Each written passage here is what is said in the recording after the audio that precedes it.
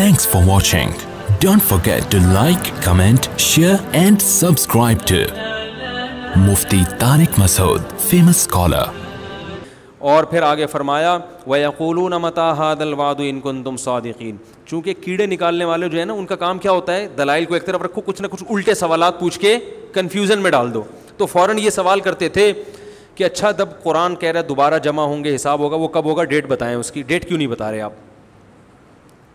تو اللہ نے فرمایا کہ تمہیں تاریخ سے کیا لینا دینا ہے, ہم کیوں بتائیں. کسی چیز کی تاریخ اگر کسی کو معلوم نہ ہو تو اس سے یہ لازم نہیں آتا کہ ایسا دن واقع ہوگا ہی نہیں.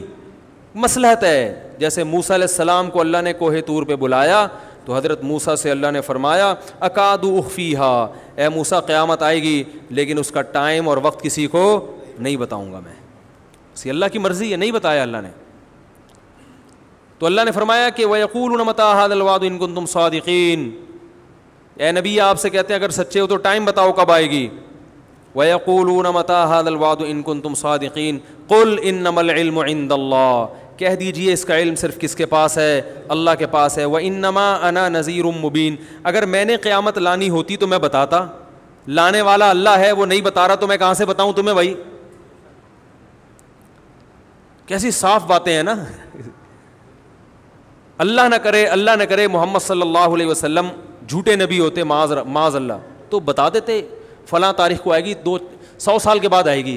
آپ کہتے ہیں یہ جتنے لوگ ہیں 100 سال کے اندر تو میں بھی چلا جاؤں, وہ بھی چلیں گے. تو بھائی جو جھوٹا نبی ہوتا ہے کہہ رہے میری دکانداری تو چلی جائے گی نا, باقی لوگ بھاڑ میں جو مرضی کریں بھاڑ میں جائیں, مجھے اس سے کیا ہے.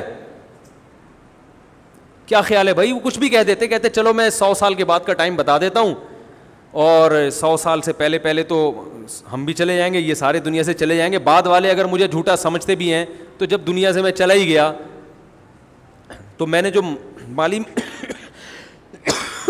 جو مفاد حاصل کرنے تھے, عزت حاصل کرنی تھی, پیسہ حاصل کرنا تھا, خواہشات پوری کرنی تھی, میرے تو مزے ہو ہی جائیں گے نا. تو صاف پتہ چلتا ہے کہ آپ صلی اللہ علیہ وسلم یہ دنیا کے لیے نہیں کر رہے تھے. کیونکہ جو شخص اللہ پر جھوٹ باندھ سکتا ہے کہ میں اللہ کا نبی ہوں, اتنا بڑا جھوٹ, وہ جھوٹی تاریخ گھڑ کے کیوں نہیں بیان کر سکتا بھائی. کیا ہو گیا بھائی جان, وہ جھوٹی تاریخ بیان کرنے میں اس کو کتنا ٹائم لگے گا. لیکن نہ, جب سورج گرہن ہوا نا نبی کے دور میں, تو عرب میں یہ مشہور تھا کہ جب کسی بڑی شخصیت کا انتقال ہوتا ہے یا کوئی بڑی شخصیت پیدا ہوتی ہے تو چاند اور سورج اس وقت گرہن ہوتے ہیں. اللہ کی قدرت, اسی دن نبی کے بیٹے کا انتقال ہوا اور چاند یا سورج گرہن ہو گیا. تو صحابہ نے پوچھا یا رسول اللہ آپ کے بیٹے کا انتقال ہوا اس لیے چاند گرہن ہوا. آپ نے فرمایا نہ, سورج اور چاند اللہ کی آیتوں میں سے آیات, یہ کسی کے جینے اور مرنے سے اس کا تعلق نہیں ہے. کوئی جھوٹا نبی ہوتا تو فوراً کیا کہتا, ہاں دیکھو میں بڑا آدمی ہوں اور بڑی شخصیت کے بیٹے کا انتقال ہوا ہے, یہ سورج گرہن اسی کی علامت ہے. آدھے عرب اور مسلمان ہو جاتے.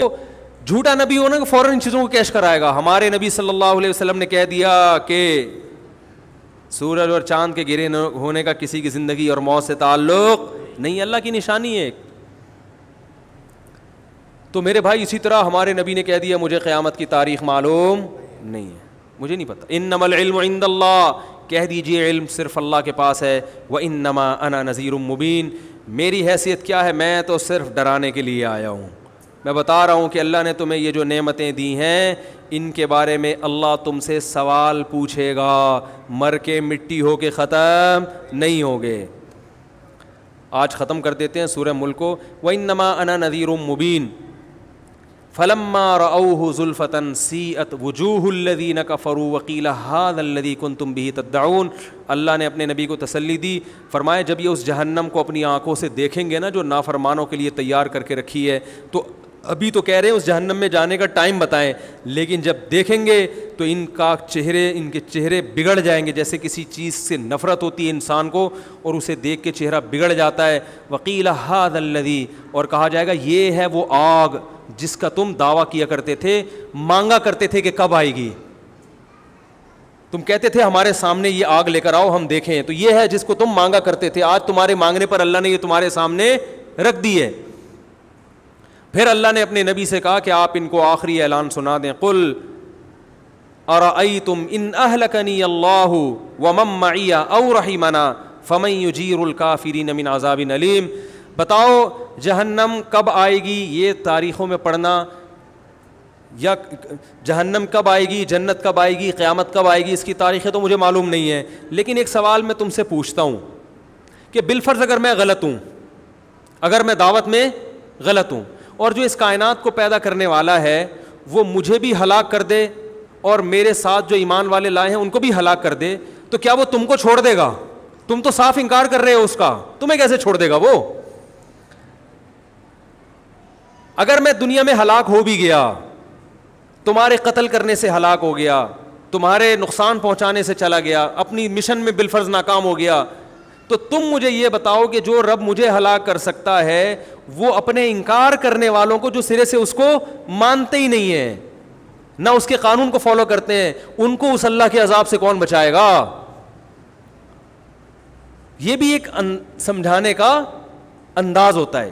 اور پھر اللہ نے ایک دلیل, قل هو الرحمن آمنا به وعلیہ توکلنا, اور اے نبی ان سے کہہ دیجئے وہ اللہ صرف اللہ نہیں ہے, اس کی صفت ہے رحمت کرنے والا. تو جب وہ بغیر مستحق ہونے کے اتنی رحمت کرتا ہے, ہم اگر ان حالات میں اس کے دین پر قائم رہیں گے اور اس کے دین کی تبلیغ کرتے رہیں گے اور تمہاری ان بیہودہ سوالات کی پرواہ نہیں کریں گے, تو اور اس پر ہم ایمان بھی لائے ہیں, تو ہمیں اس رب سے بڑی امیدیں ہیں. قل هو الرحمن آمنا به وعلیہ توکلنا, اور اسی پر اعتماد کر کے ہم اسلام کو فالو کر رہے ہیں. تو ہمیں تو اپنے مشن کے صحیح ہونے پر اطمینان بھی ہے, اور جیسے بھی حالات ہمارے سامنے آ جائیں ہمیں اس پر بھی اطمینان ہے کہ وہ ہمارے حق میں بہتر ہی ہوں گے, چاہے وہ ظاہری لحاظ سے نقصان دہ کیوں نہ ہو. قل هو الرحمن آمنا به وعلیہ توکلنا فستعلمون من هو فی ضلال مبین, تمہیں عنقریب پتہ چل جائے گا کھلی ہوئی گمراہی میں کون پڑا ہوا تھا. اور پھر اللہ نے آخری آیت جو سورہ ملک کی نازل کی, اس میں اللہ نے اپنی ایک اور قدرت کو بیان کیا کہ سورت کو ختم ہوتے ہوتے ایک اور میں اپنی نشانی بیان کر دوں ان لوگوں کے لیے جو اللہ کو نہیں مانتے, یا اللہ کو مانتے ہیں مگر اس کی نہیں مانتے, یا اللہ کے ساتھ شریک کرتے ہیں. سورہ ملک میں بڑی نشانیاں بیان کی نا, آسمان کے ستاروں کا بھی تذکرہ کیا, ہواؤں میں اڑتے ہوئے پرندوں کا بھی تذکرہ کیا, زمین کے مسخر ہونے کا بھی تذکرہ کیا, بہت ساری نشانیاں بیان کی. سورت کا جو اختتام ہے ایک نشانی پر, قل ارأیتم ان اصبح ماؤکم غورا. مجھ پر لوگ اکثر یہ اعتراض کرتے ہیں عقلی باتیں بہت کرتے ہیں, عقلی باتیں. تو بھائی اسلام تو نام ہی عقل کا ہے, قرآن بار بار عقل استعمال کرنے کا حکم دے رہا ہے نا, قرآن میں عقلی دلیلیں زیادہ ہیں. بہت مشکل ہے, ابھی کیا ہو گیا, بہت مشکل نہیں ہے, بہت آسان ہے سمجھانا. یہ میری تکیہ کلام بن گیا ہے نا, کیا کروں میں, مجبور ہوں. بہت آسان ہے سمجھانا, اب پھر مزہ نہیں آئے گا. تو قرآن نے عقلی دلائل بہت دی ہیں. سورج کا اختتام کس پر ہو رہا ہے؟ ایک عقلی دلیل پر کہ عقل استعمال کرو. Thanks for watching. Don't forget to like, comment, share and subscribe to Mufti Tariq Masood Speeches channel.